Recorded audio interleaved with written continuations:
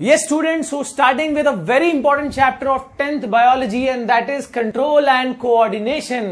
ठीक है, हाँ भाई, आपकी डिमांड पे शुरू कर दिया मैंने ये चैप्टर कंट्रोल एंड कोऑर्डिनेशन। वैसे इस वीडियो में मैं आपको इंट्रोडक्शन दूंगा, पर ये इंट्रोडक्शन आपके किसी एक चैप्टर के से कम नहीं होगा। यहां पर मैं आपको मोर देन समझो 70% आपको इस चैप्टर का आइडिया मिल जाएगा कि एग्जैक्टली हम यहां पर क्या पढ़ते हैं और क्या पढ़ने वाले हैं, राइट। तो इसमें स्टार्ट करते with the first term that is control. What exactly is control? कौन से कंट्रोल की बात हो रही है यार? मतलब अपनी हंसी को कंट्रोल करो या फिर कुछ और कंट्रोल करो, या कंट्रोल नहीं होता? कौन से कंट्रोल की बात हो रही है? ये कंट्रोल है जो हमारी बॉडी में अलग अलग ऑर्गन्स हैं, हार्ट है, किडनी है, ब्रेन है, ठीक है, अलग अलग ऑर्गन्स हैं, सबका अपना अपना फंक्शन है। तो इन सभी ऑर्गन्स को कहीं ना कहीं कंट्रोल करने की जरूरत है ना। हार्ट जो बीट हो रहा है उसको बीट करते रहने के लिए कंट्रोल रखना पड़ेगा, है ना, बीट करते रहे, वो ज्यादा बीट ना हो जाए, इसके लिए भी कंट्रोल रखना होगा। किडनी जो अपना काम कर रहा है, ब्लड को फिल्टर करके यूरिन को अलग कर रहा है, उसको भी कंट्रोल की जरूरत है, राइट। ऐसे ही अलग अलग सिस्टम्स हमारा हमने पढ़ा ही है ऑलरेडी लाइफ प्रोसेस में, digestive system, circulatory system, respiratory system, excretory system. तो इन सभी सिस्टम जो हमारे अंदर चल रहे हैं, ये सबको कंट्रोल की जरूरत है। और सिर्फ यही बॉडी के अंदर वाला ही कंट्रोल क्यों, हम जो अपने लाइफ में अपने बाहर भी हम जो चीजें, जैसे मैं यहां पर अभी लिख रहा हूं, ये वीडियो बना रहा हूं, तो ये सब चीजें कंट्रोल मैनर में मेरा बॉडी कर रहा है, इस सब के लिए सपोर्ट कर रहा है। तो ये इस कंट्रोल की यहां पर बात हो रही है। और जब कंट्रोल आ गया तो ऑब्वियसली वहां पर एक चीज आ गई, कोऑर्डिनेशन, ठीक है। जैसे एक कोई स्पोर्ट्स की टीम, मान लो क्रिकेट की टीम है ना, तो वहां पर जितने, एक सपोज इंडिया की टीम है हमारी, तो उसमें जितने प्लेयर्स है वो सब क्या करते हैं, एक दूसरे के कोऑर्डिनेशन से वो लोग प्ले कर रहे हैं, खेल रहे हैं, तालमेल से खेल रहे हैं, इसलिए हमारी टीम जीत रही है। कभी कभी हार जाती है, होता है, ठीक है, पर नॉर्मली जीतती रहती है। ओके, वर्ल्ड कप लाए हम। ओके, तो यहां पर कोऑर्डिनेशन हमारी बॉडी में भी उतना ही जरूरी है, राइट। तो यानी कोऑर्डिनेशन, अब जैसे हमारा हार्ट है, किडनी है, ठीक है, हमारा ब्रेन है, ओके, इसके अलावा पैंक्रियास, जो भी लीवर है, अलग अलग ऑर्गन्स है, इन सबको एक दूसरे के साथ तालमेल से वर्क करना होगा, तभी हमारी बॉडी का होम्योस्टैसिस जो है वो मेंटेन होता है। Yes, what is homeostasis? Homeostasis मतलब जो हमारा बॉडी का स्टेबिलिटी है, ठीक है, वो तभी आता है जब पूरे ऑर्गन्स, सभी पार्ट्स एक दूसरे के कोऑर्डिनेशन से चल रहे हैं, right. So this coordination is very important. और ऑब्वियसली हमको 10th में सिर्फ ह्यूमंस के बारे में बात नहीं करनी, ह्यूमंस और प्लांट्स के कॉन्टेक्स्ट में हमको यहाँ पर 10th का पूरा बायोलॉजी दिया हुआ है, तो यहां भी हमको ह्यूमंस और प्लांट्स के हिसाब से ही बात करनी है। ओके, सो स्टार्टिंग विथ, अब यहां पर हम शुरू कर देते हैं विथ जो कोऑर्डिनेशन है। कोऑर्डिनेशन मतलब समझ में आ गया कि हमारा बॉडी में जो अलग अलग पार्ट्स है वो कैसे एक दूसरे से तालमेल से वर्क करता है, that is called coordination. Okay, and definition तो भाई आपको मिल ही जाएगा, इतने सारे सोर्सेस हैं। ओके, मैं यहां पर स्टार्ट करता हूं विद द टाइप्स। दो टाइप्स के हमारी बॉडी में कोऑर्डिनेशंस होते हैं, या जनरली कहो प्लांट्स और ह्यूमंस के हिसाब से दो टाइप के कोऑर्डिनेशंस देखे जाएंगे। वन, जिसमें एक बॉडी पार्ट दूसरे बॉडी पार्ट को केमिकल से, जैसे मान लो नॉर्मली हमारी बॉडी में जो कैप्टन है हमारे पूरे ऑर्गन्स का, वो कौन है? ब्रेन है। जैसे क्रिकेट टीम में एक कैप्टन होता है, पूरी टीम को लीड करता है, मैनेज करता है, वैसे हमारी बॉडी में भी ब्रेन वो कैप्टन है, बिकॉज इसको थिंकिंग पार्ट मिला हुआ है ना, थिंकिंग एबिलिटी है। तो ये ब्रेन कैसे अलग अलग पार्ट्स को मैसेजेस करता है, सिग्नल करता है। तो यहाँ पे ब्रेन के पास कोई फोन, स्मार्टफोन तो है नहीं, तो कैसे वो मैसेज करता है, कैसे सिग्नलिंग होती है? तो वो सिग्नलिंग, वो कोऑर्डिनेशन दो तरीके से हो सकता है, वो मैसेजेस दो तरीके से पहुंचाए जा सकते हैं। One is through chemicals, chemicals के थ्रू मैसेज पहुंचाया जा सकता है, and those chemicals are basically called hormones, right. तो वो एक कोऑर्डिनेशन हो गया हार्मोनल कोऑर्डिनेशन, जिसमें मैसेजेस जो हैं वो किस किस फॉर्म में पहुंचाए जाएंगे? केमिकल्स की फॉर्म में, हार्मोन्स की फॉर्म में।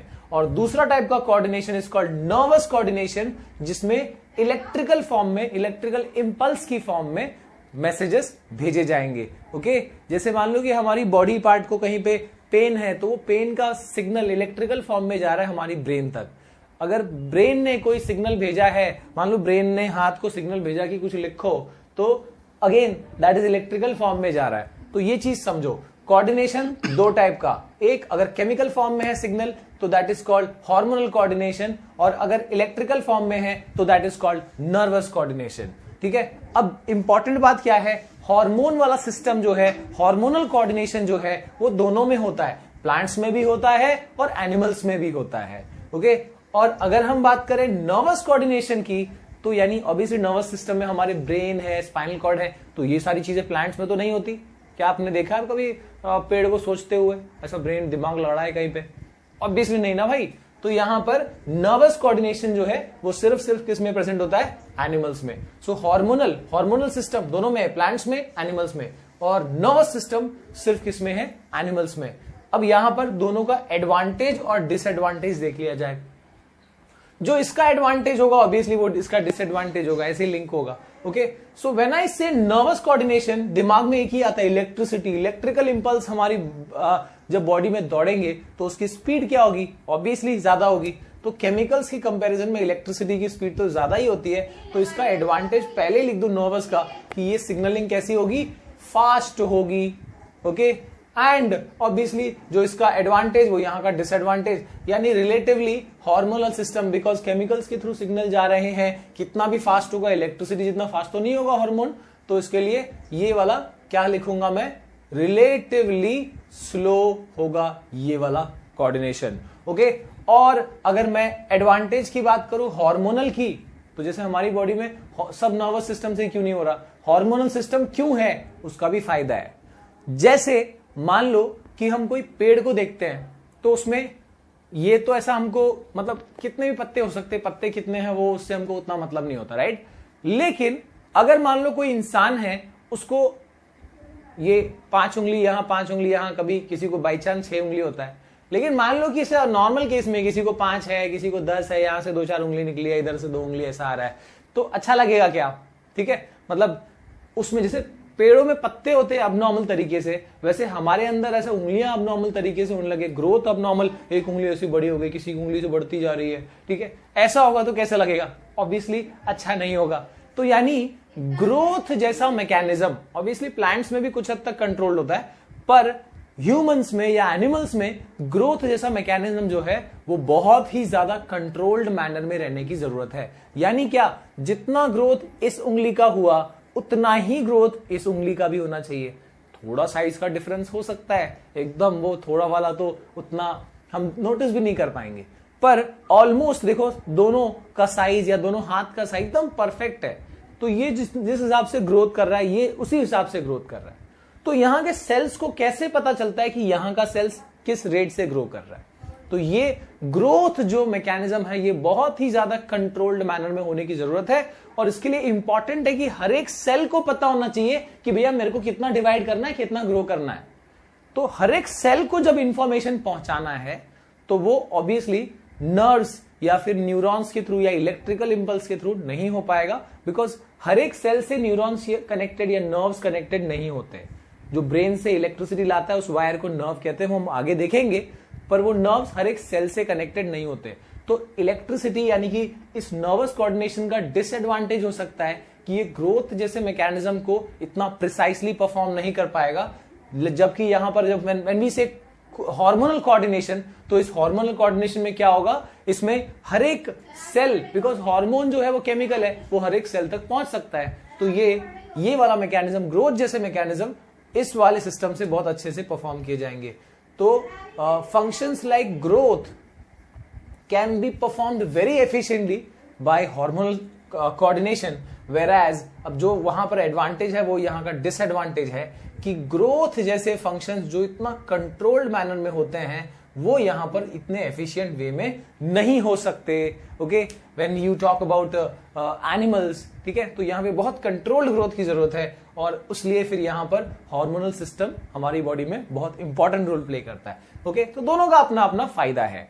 अब यहां पर हम थोड़ा सा आगे बढ़ जाते हैं प्लांट्स के एक और तरह का, उसके अंदर जो कंट्रोल या एक और तरीके का आप समझो कि कुछ रिस्पॉन्सेस है जो प्लांट्स के अंदर होते हैं, वो भी हमको चैप्टर में पढ़ना है। Plants also show some kind of movements. अब ऑब्वियसली वो हार्मोन से जुड़ा हुआ नहीं है, okay, and those movement in plants they are also of 2 types. वो भी कितने टाइप के हैं? 2 टाइप के हैं। एक है ट्रॉपिक मूवमेंट्स, इसको ट्रॉपिज्म भी कहते हैं, and this is nastic movement. ये 2 टाइप का मूवमेंट है जो प्लांट्स के अंदर होता है। व्हेन यू से ट्रॉपिक मूवमेंट्स, ट्रॉपिक मूवमेंट्स यानी दोज मूवमेंट्स, अब ये दोनों ही मूवमेंट्स देखो किसी ना किसी स्टिमुलस की रिस्पॉन्स में हो रहा है। थोड़ा सा इसको इलैबोरेट कर देता हूं। जैसे कि आपको पता होगा प्लांट में जो उसका ऊपर वाला अपर पार्ट है वो ऊपर की तरफ ग्रो कर रहा है, और जो उसका रूट्स है वो नीचे की तरफ जा रहा है, राइट, अर्थ की तरफ जा रहा है। तो आप एक चीज कह सकते हो कि जो इसका ऊपर वाला पार्ट है वो सन या लाइट की रिस्पॉन्स में या लाइट के टुवर्ड्स ग्रो हो रहा है ना। तो यहां पर अगर लाइट एक डायरेक्शन में नहीं होता या लाइट ऊपर की तरफ नहीं होता, मान लो एक डायरेक्शन से हम लाइट मारते हैं, या आपको वो एक्सपेरिमेंट पता होगा कि एक रूम में, एक अंधेरे कमरे में सपोज एक साइड उसके विंडो को ओपन रखा गया है और एक गमले में एक पेड़ रखा है, एक प्लांट है, तो प्लांट कहां बेंड करने की टेंडेंसी रखता है? लाइट की तरफ या उस विंडो की तरफ से वो निकलने की कोशिश करेगा। यानी प्लांट की टेंडेंसी होती है लाइट के टुवर्ड्स ग्रो करने की या लाइट के टुवर्ड्स मूव करने की। सो दिस यहां पर जो लाइट है, ये लाइट किसका रोल प्ले कर रहा है? दिस एक्सटर्नल फैक्टर, इसी को स्टिमुलस कहते हैं। स्टिमुलस मतलब कोई भी एक्सटर्नल एक्शन जिसके रिएक्शन में कोई लिविंग ऑर्गेनिज्म रिस्पॉन्ड करता है ना। हमने पढ़ा है कैरेक्टरिस्टिक, बहुत इंपॉर्टेंट कैरेक्टरिस्टिक लिविंग बींग्स का, रिस्पॉन्स टू स्टिमुलस। स्टिमुलस यानी कोई भी एक्सटर्नल फैक्टर, एक्सटर्नल एक्शन जिसके रिएक्शन में हम हमारा रिएक्शन शो करेंगे, ठीक है। सो ये दोनों ही मूवमेंट्स प्लांट के किसी ना किसी स्टिमुलस के रिस्पॉन्स में होते हैं। जैसे मैंने यहां पर बताया, this movement is response to a stimulus called light, right. तो यहां पर स्टिमुलस के रिस्पॉन्स में मूवमेंट को हम यहां पर देख रहे हैं। इसमें भी दो टाइप का है, ट्रॉपिक और नेस्टिक। अब नेस्टिक मूवमेंट और ट्रॉपिक मूवमेंट में क्या डिफरेंस है? ट्रॉपिक मूवमेंट वो होते हैं जिसमें डायरेक्शनल रिस्पॉन्सेस होता है स्टिमुलस का, ठीक है, यानी स्टिमुलस के डायरेक्शन के हिसाब से रिस्पॉन्सेस होगा, ओके। और नेस्टिक मूवमेंट कौन से होते हैं? जो नॉन डायरेक्शनल रिस्पॉन्सेस स्टिमुलस होता है। अब इस चीज को डिफरेंस समझ लो क्या है एग्जैक्टली। जैसे यहां पर मैंने बताया कि ये जो प्लांट का शूट टिप है, ये ऊपर का पार्ट है, ये कहां ग्रो कर रहा है? टुवर्ड्स लाइट जा रहा है ये, तो यानी उस स्टिमुलस की डायरेक्शन में जा रहा है। So what is this? This is directional movement. तो इसको क्या कहते हैं पता है क्या? ये ट्रॉपिज्म वाले में आता है। This is called phototropism. क्या कहते हैं इसको? Phototropism. Tropism in response to light. Photo यानी लाइट, तो लाइट की रिस्पॉन्स में ग्रोथ हो रहा है, उसकी डायरेक्शन में हो रहा है, ठीक है, फोटोट्रॉपिज्म। अब यहां पर भी इसको आप दो टाइप से देख सकते हो। जो स्टेम का ग्रोथ है वो डायरेक्शन ऑफ लाइट में हो रहा है, और जो रूट का ग्रोथ है वो opposite to direction of light हो रहा है। So this is called positive phototropism. जो स्टिमुलस के डायरेक्शन में हो रहा है exactly, that is called positive phototropism. और जो उससे अपोजिट डायरेक्शन में हो रहा है, लाइट इधर है लेकिन रूट्स अंदर जा रहा है, so this growth, this movement will be called negative phototropism. तो जैसे ये फोटोट्रॉपिज्म है लाइट के रिस्पॉन्स में मूवमेंट, वैसे ही आता है जियोट्रॉपिज्म, अर्थ की रिस्पॉन्स में मूवमेंट या ग्रेविटी की रिस्पॉन्स में मूवमेंट। और वैसे ही आता है हाइड्रोट्रॉपिज्म, वाटर की रिस्पॉन्स में प्लांट्स का मूवमेंट, ओके, उसके डायरेक्शन में रूट्स का ग्रो होना इज हाइड्रोट्रॉपिज्म। इसके अलावा होता है केमोट्रॉपिज्म, ठीक है। केमोट्रॉपिज्म में किसी केमिकल की रिस्पॉन्स में प्लांट का उसके टुवर्ड्स में ग्रोथ होना। जैसे कि हम इसको रिप्रोडक्शन चैप्टर में फ्लावर वाले में पढ़ेंगे कि जो फीमेल पार्ट होता है, जो गाइनोशियम होता है, उस गाइनोशियम में पॉलन ग्रेन का पॉलन ट्यूब निकल के और फीमेल गैमेट की तरफ बढ़ता हुआ जाता है। So that movement of pollen tube is in response to a female gamete which is a chemical, वो एक केमिकल है। So इस ट्रॉपिज्म को हम क्या कहेंगे? That is called chemotropism। ऐसे ही टच की रिस्पॉन्स में भी कहीं पे ग्रोथ होता है। जैसे कि क्लाइंबर्स में जो टेंड्रिल्स होते हैं, टेंड्रिल्स को अगर कहीं टच मिला तो वो टेंड्रिल्स को वाइंड कर लेंगे ताकि वो उसको सपोर्ट मान के और उसको आगे बढ़ा सके। सो टेंड्रिल्स का वो ग्रो होना, वो वाइंड कर लेना सपोर्ट को, दैट इज टच के रिस्पॉन्स का movement, that is called thigmotropism. क्या बोलते हैं उसको? थिग्मो, टच के रिस्पॉन्स में मूवमेंट। सो ये सब ट्रॉपिज्म का एग्जांपल दिया मैंने आपको। यानी जो स्टिमुलस है उसके डायरेक्शन के हिसाब से ये सब चीजें, ये ग्रोथ होगी, ये मूवमेंट होगा, ठीक है। तो डायरेक्शनल रिस्पॉन्सेस है यहां पर, ओके। अब नेस्टिक मूवमेंट यानी क्या? जिसमें रिस्पॉन्स होता है किसी स्टिमुलस के हिसाब से, पर उसके डायरेक्शन के हिसाब से नहीं होता। जैसे यहां पर दिया है एग्जांपल में, श्रिंकिंग ऑफ माइमोसा लीफ, ठीक है, या फिर response of insectivorous plants. Insectivorous plant जो होते हैं, आपको पता होगा कुछ ऐसे एग्जांपल्स जिसमें इंसेक्ट आएगा और फिर उसका जो फ्लैप है, वो चाहे फ्लावर हो या फिर जो पत्ते हो, ऐसे डिजाइन है कि इंसेक्ट अंदर बैठेगा, वैसे ये बंद हो जाएंगे, ठीक है। तो ये बंद होना ये कोई डायरेक्शनल नहीं है। ओके, ऐसा नहीं कि टुवर्ड्स दैट रिस्पॉन्स या अगेंस्ट दैट रिस्पॉन्स हो रहा है, बस इनको उससे एनर्जी मिल रही है, उसके लिए ये रिस्पॉन्स है, और ये वापस से रिवर्सिबल भी है, फिर खुल भी जाएंगे। तो ऐसे वाले रिस्पॉन्सेज जो हो रहे हैं they are reversible and very quick reverse होता है यहां पर, और इसके लिए हम इसको नॉन डायरेक्शनल रिस्पॉन्सेज कहते हैं। Mimosa, touch me not plant तो पता ही होगा आपको, इमली के जैसे पत्ते होते हैं, उसको हम टच करेंगे तो उसका जो पत्ते हैं वो पत्ते नहीं श्रिंक होते, इनफैक्ट उसका जो स्टेम से जो पत्ते से अटैच्ड है वो स्टेम, उसका जो स्टॉक है, लीफ स्टॉक, वहीं से वो बेंड हो जाता है। सो दैट मूवमेंट वहां पर भी ऐसा नहीं कि वो किसी डायरेक्शन या टच के डायरेक्शन के हिसाब से पत्ते आपकी तरफ आ गए या आपके अपोजिट आ गए, ऐसा नहीं है, वो बस श्रिंक हो रहे हैं, है ना। और उसका भी रीजन क्या है, आपने पढ़ा होगा बुक में कि दैट इज एग्जैक्टली उसके अंदर क्या होता है कि जो गार्ड सेल्स है, स्टोमेटल पोर्स होते हैं, उसमें से माइक्रोस्कोपिक लेवल पे वाटर निकल जाता है, जिससे वो श्रिंक हो जाता है, और वापस से रीअब्सॉर्ब करेंगे वाटर तो वो स्वेल हो जाएगा। तो यानी ये वाला जो मूवमेंट है ये किसी रिस्पॉन्स के स्टिमुलस के डायरेक्शन के हिसाब से नहीं है, बस स्टिमुलस के रिस्पॉन्स में हो रहा है, but not exactly in that direction और अपोजिट टू दैट डायरेक्शन। इसके लिए इसको नास्टिक मूवमेंट में इंक्लूड किया गया है। Okay, moving towards